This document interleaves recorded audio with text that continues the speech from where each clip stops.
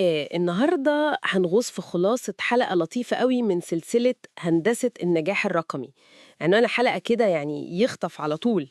انت مش محتاج تتعلم كل حاجة، انت محتاج تبني نظام يشتغل مكانك. الفكرة ببساطة ازاي ننجح في العالم الرقمي ده من غير ما نغرق وسط كل المعلومات والمهارات اللي شكلها ما بتخلصش دي.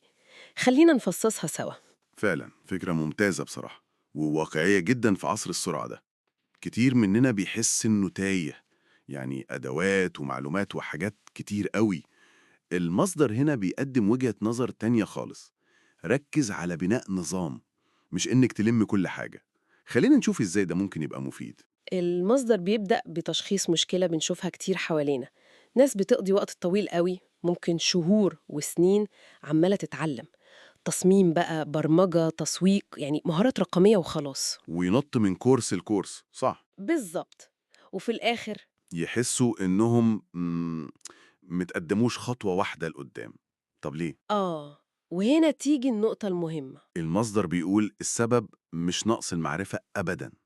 المشكلة إنهم جمعوا أدوات متفرقة، يعني شوية حاجات جنب بعض كده وخلاص، بدل ما يبنوا نظام مترابط بيخدم هدف معين. مظبوط. أيوة. وبيقدم مقارنة حلوة قوي بين شخصيتين عشان يوضحها. الأول سماه المنفذ، مم. ده اللي هو شغال طول اليوم مجهد وتعبان. والتاني التاني مصمم النظام، ده ممكن يشتغل ساعات قليلة بس شغله منظم وماشي زي الساعة. ليه؟ عشان بنى النظام. النظام هو اللي شغال حتى لو هو مش موجود في الصورة طول الوقت. بالظبط. القوة هنا في النظام اللي هو صممه. ودي بصراحة نقطة قوية جدا، بتنقل التفكير من المجهود الشخصي المباشر لحتة البناء الاستراتيجي ده. إنك تبني نظام ده معناه إنك بتخلق آلية عملية كده بتشتغل لوحدها تقريبا، وممكن كمان تتطور وتكبر مع الوقت. تمام. المصدر لخصها في جملة يعني مهمة قوي: المعرفة مش كفاية، التصميم هو الأساس. يا سلام. يعني الأهم الطريقة اللي بنشتغل بيها مش كمية المعلومات اللي في دماغنا. بالظبط. تصميم الإزاي مش بس الإيه. طيب جميل. والمصدر ما وقفش عند النظريات دي بس، صح؟ دخل في العملي. أكيد، وده المهم. ادينا أمثلة عملية كده عشان نعرف نبدأ إزاي. لو حد عايز يبني نظام رقمي مصغر يعمل إيه؟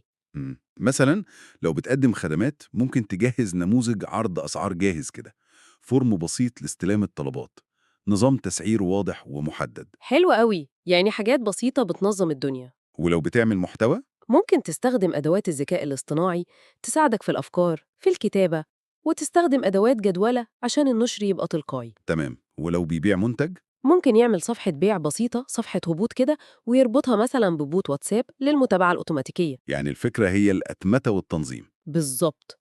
الخلاصة زي ما المصدر بيقول، ابني نظامك الأول، جربه وبعدين طوره خطوة بخطوة. آه، حتة ابدأ صغير، ابني حلقة بسيطة والساعة واحدة واحدة، دي مهمة. فعلا، عشان الواحد ما يتخضش من الأول.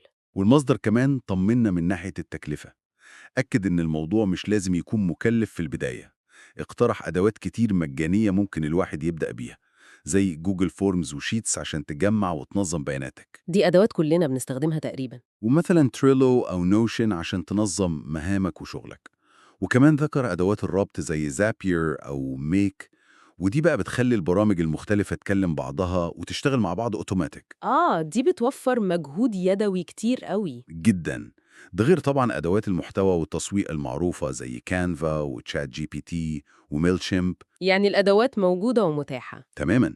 الفكرة المحورية اللي المصدر بيركز عليها: النجاح الرقمي اللي بيستمر وراه نظام مسهود مش مجهود مبعثر. نظام واضح منظم، مش شغل كتير متفرق وخلاص. بالظبط كده. يبقى كده أهم فكرة ممكن نطلع بيها من الكلام ده النهاردة هي إن التقدم الحقيقي في العالم الرقمي ممكن يجي أكتر من بناء أنظمة ذكية بتشتغل لصالحنا، مش بس من محاولة إننا نعرف كل حاجة ونلم كل المهارات. الموضوع فعلا أشبه بالهندسة، في تفكير، تخطيط، ترتيب وتنظيم، زي ما المصدر وصفها بهندسة النجاح الرقمي. تمام. بس في نقطة أخيرة كده، يعني ممكن نسيبها للتفكير بعد ما خلصنا. اتفضل. المصدر بيركز قوي على كفاءة الأنظمة والأتمتة عشان نحقق النجاح ده.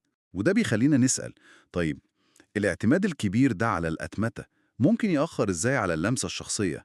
على الحتة الإنسانية والإبداعية في شغلنا الرقمي. سؤال مهم فعلا. وهل ممكن نوازن؟ يعني إزاي نحقق التوازن بين كفاءة النظام دي وبين أصالة التفاعل البشري؟ مم.